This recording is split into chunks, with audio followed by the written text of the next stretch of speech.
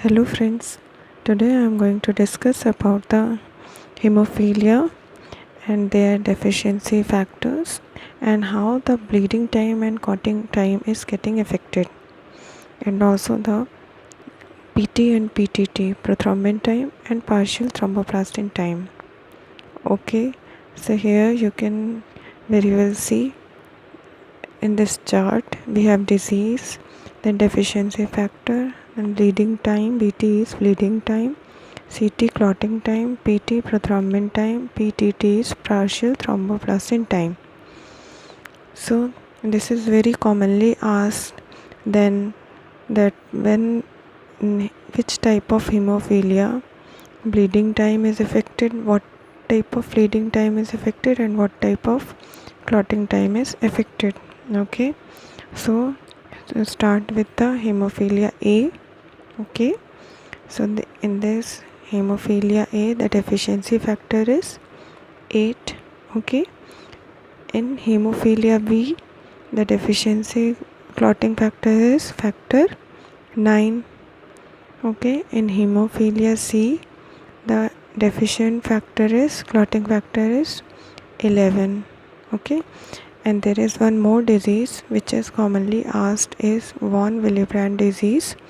Okay, in von Willebrand disease, the deficiency factor is von Willebrand factor is deficient. Okay, so now in hemophilia A, what happens is bleeding time is normal, clotting time is raised, prothrombin time is normal, and PTT is raised.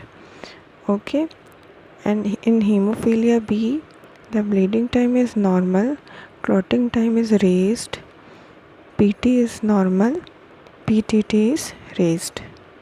Okay, in hemophilia C, the deficient factor is 11, and then the bleeding time is normal, clotting time is raised, PT is normal, and PTT is raised.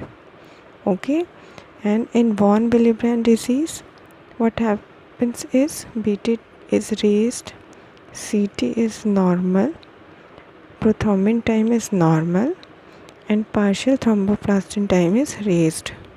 Okay, so in gross we can just remember that in hemophilia A and B, and as well as in C, the bleeding time and clotting time, they are almost similar.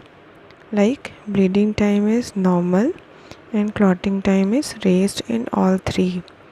But in von Willebrand disease, there is opposite. The bleeding time is raised and clotting time is normal.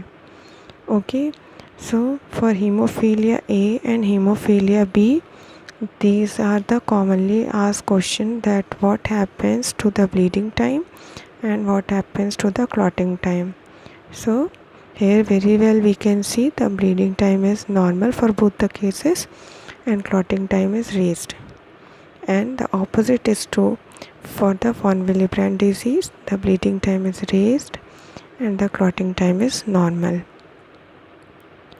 Okay, so I hope you have learned something this video. Thanks a lot.